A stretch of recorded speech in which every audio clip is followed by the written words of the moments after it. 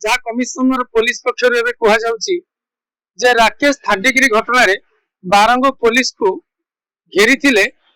चंडी प्रसाद ग्रामवासी एवं राकेश परिवार वर्ग जो 3 दिन काल बारंग थाना को घेराव करागला रास्ता रोक करागला से समय जे राकेश बेहरा कथा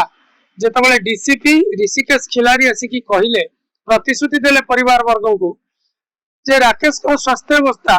वर्तमान जहाँ अच्छी से किभली भाव उन्नत मानर स्वास्थ्य चिकित्सित हो पार किभली भाव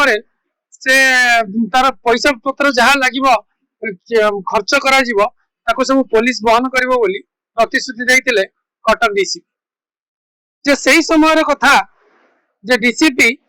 सेतबेले कहूनथिले जे राकेश को दुर्घटना घटीतिला अजणा गाड़ी धक्का से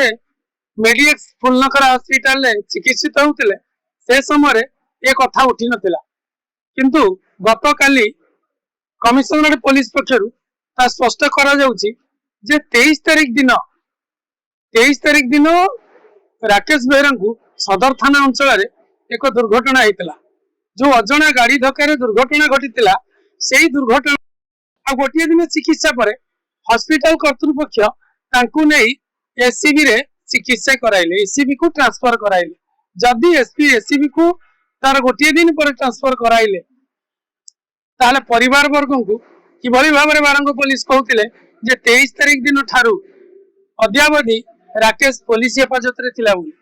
पुलिस हेफाजत रे थाई जदि 23 तारिख दिन पुलिस हेफाजत रे राकेश थाई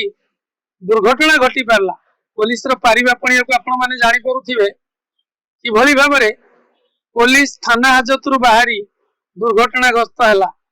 जदि दुर्घटनाग्रस्त हैला लिखित अभियोग कले एक अजणा युवक दुर्घटनाग्रस्त होई हम हॉस्पिटल रे ट्रीटमेंट होउतिले हम ताको 24 तारिख दिन एससीबी मेडिकल को ट्रांसफर कराइछु जे 2 दिन पर कहा चापर बसवर्ती होई मेडिकल कर्तृपक्ष सदर थाना रे एफआईआर कले द्वितीय कथा जे कमिशनर पुलिस कहीं प्रतिश्रुति देउतिले जे राकेश रा समस्त खर्च आम बहन करू जे राकेश संपूर्ण सुस्थ हवा पर्यंत आम गुरुदायित्व आम बहन कलु बोली ये प्रतिश्रुति कमिशनर पुलिस कहीं दौले गत काली कमिशनर निजे एससीबी मेडिकल परिदर्शन रे जाइतिले राकेश को भेटी स्वास्थ्य अवस्था बुझी मेडिकल डाक्तरी दल सहित कथा जदि राकेश दुर्घटना घटिला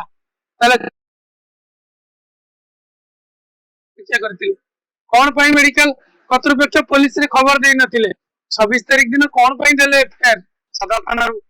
गणेश बाला रिपोर्ट ओडिशा भास्कर।